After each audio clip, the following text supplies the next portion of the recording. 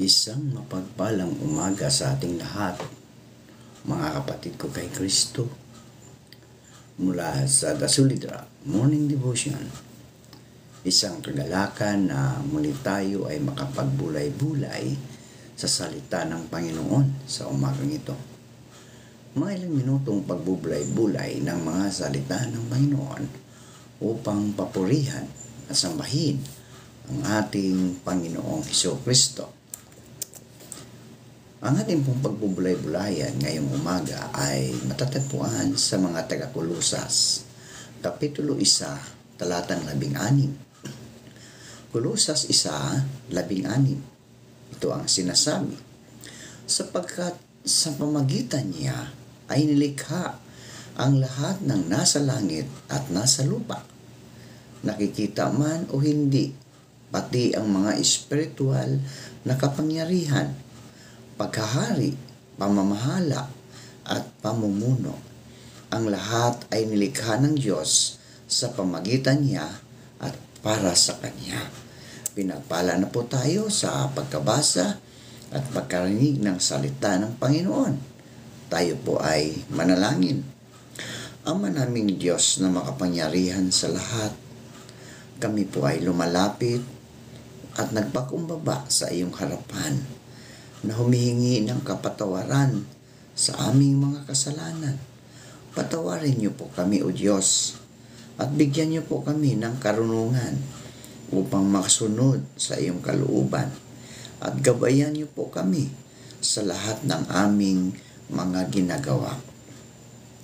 Aming tinataas ang aming mga kaibigan na nangangailangan ng kagalingan dahil sa mga karamdaman. Pagalingin niyo po sila, Panginoon. Abutin mo po ang kanilang mga katawan upang manumbalik ang kanilang mga lakas na nawala. Pagalingin mo sila, O Diyos, nasa bahay man sila o nasa pagamutan, O Lord. Amin inilalapit sa inyo ang aming mga kaibigan na naghahanap buhay sa lansangan, na sila'y ingatan mo sa mga masasama, katulad ng mga drivers, mga traffic enforcer, mga naglilinis sa kalsada, Panginoon. Ingatan mo po, Panginoon, ang bawat isa. Amin ding inilalapit sa iyo ang aming mga kapatid na naghahanap ng trabaho. Ito man ay lokal o abroad. Naway makasumpong sila ng trabaho sa tulong ng iyong banal na Espiritu upang sila, O Diyos, ay magkaroon ng hanap buhay. Amin din inilalapit sa inyo ang mga naghanap buhay sa ibang bansa, ang mga OFW, na sila ingatan mo doon, Panginoon, at ilayo mo po sila sa anumang kapahamakan. Bagkus, proteksyonan mo po, Panginoon, ang iyong mga anak na ito na nagtatrabaho para sa kanilang sambahayan, Panginoon, na mabigyan nila ng maayos na buhay dito sa Pilipinas, Panginoon. Amin ding inilalapit sa iyo, O Diyos, ang mga kaibigan namin na papauwi pa lang sa kanilang, mula sa kanilang trabaho dahil sila ay panggabi. Ingatan mo po sila, O Diyos, naway ilayo mo sila sa kapahamakan. Sila man ay nagtababiyahe, nagtadrive ng kanilang mga motor. Lord, ang iyong banal na Espiritu ang siyang gumagabay sa kanila upang makarating sila sa kanilang tahanan ng maluwalhati. Salamat, Panginoon, sa mga katugunan sa aming mga panalangin sa pangalan ni Jesucristo na aming Diyos at tagapagligtas. Amen. Malinaw na sinasabi sa Biblia na ang lahat ng tao ay nilalang ng Diyos at iniibig ng Diyos ang buong sanlibutan. Ngunit yaon lamang mga isinilang na muli ang mga anak ng Diyos. Sa kasulatan, mga kaibigan, ang mga hindi mananampalataya ay hindi kailanman ipinakilala bilang mga anak ng Diyos. Sinasabi sa atin sa Efeso 2:3 na bago tayo naligtas, tayo ay katutubong mga anak ng kapuutan.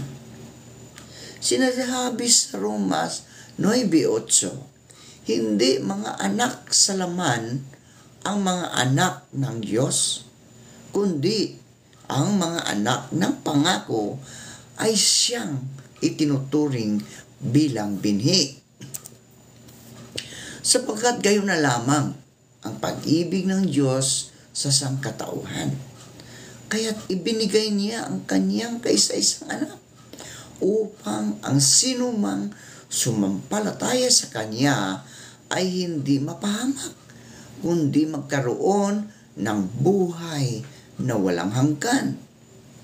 Subalit, ang lahat ng tumanggap at sumampalataya sa kanya ay binigyan niya ng karapatan maging mga anak ng Diyos. Di ba? Napakaganda. Binigyan niya tayo ng karapatan na maging anak ng Diyos. At hindi dahil sa bansa lamang, kundi upang matipon din naman niya ang mga anak ng Diyos na nagsisipangalan. Sa halip na ipinanganak bilang mga anak ng Diyos, tayo ay ipinanganak sa kasalanan na siyang naghihiwalay sa atin mula sa Diyos at dahilan ng pagkabilang natin sa kaharian ni Satanas at pagiging mga kaaway ng Diyos. Sinabi ni Jesus, kung ang Diyos ang inyong Ama, ay inibig ninyo sana ako, sapagkat ako'y nagmula sa Diyos at ngayon ay naririto ako. Hindi ako naparito mula sa aking sarili, kundi isinugo niya ako. Mga taksil, hindi ba ninyo alam na kapag nakikipagkaibigan kayo sa sanlibutan, ay kinakaaway naman ninyo ang Diyos? Ang sinumang nagnanais na maging kaibigan ng sanlibutan ay nagiging kaaway ng Diyos. Ang nagpapatuloy sa pagkakasala ay kampon ng dyablo, sapagkat sa simula pa ay nagkakasala na ang dyablo. Kaya naparito ang anak ng Diyos upang wasakin ang mga gawa ng dyablo. Ang ilang mga talata pagkatapos sa Juan 8:44, sinabi ni Jesus sa mga Pariseo, kayo'y mula sa inyong amang dyablo, at ang nais ninyong gawin ay ang kagustuhan ng inyong ama. Ang katotohanan na ang mga hindi ligtas ay hindi anak ng Diyos ay makikita rin natin sa 1 Juan 3:10. Sa ganito, nahahayag ang mga anak ng Diyos at ang mga anak ng dyablo. Ang sinumang hindi gumagawa ng katuwiran ay hindi sa Diyos. No? Hindi sa Diyos, yung mga gumagawa ng hindi katuwiran. Pati ang hindi umiibig sa kanyang kapatid. Kayo'y sa inyong amang dyablo at ang mga nais ng inyong ama ang ibig ninyong gawin. So ano yung mga nais ng dyablo na ibig natin gawin? Yung pagsisinungaling, no?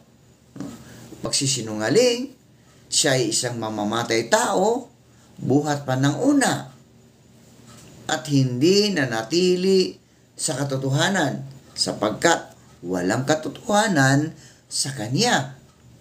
Dito nahayag ang mga anak ng Diyos, mga kapatid, mga kaibigan ko. Dito nahayag ang mga anak ng Diyos at ang mga anak ng dyablo.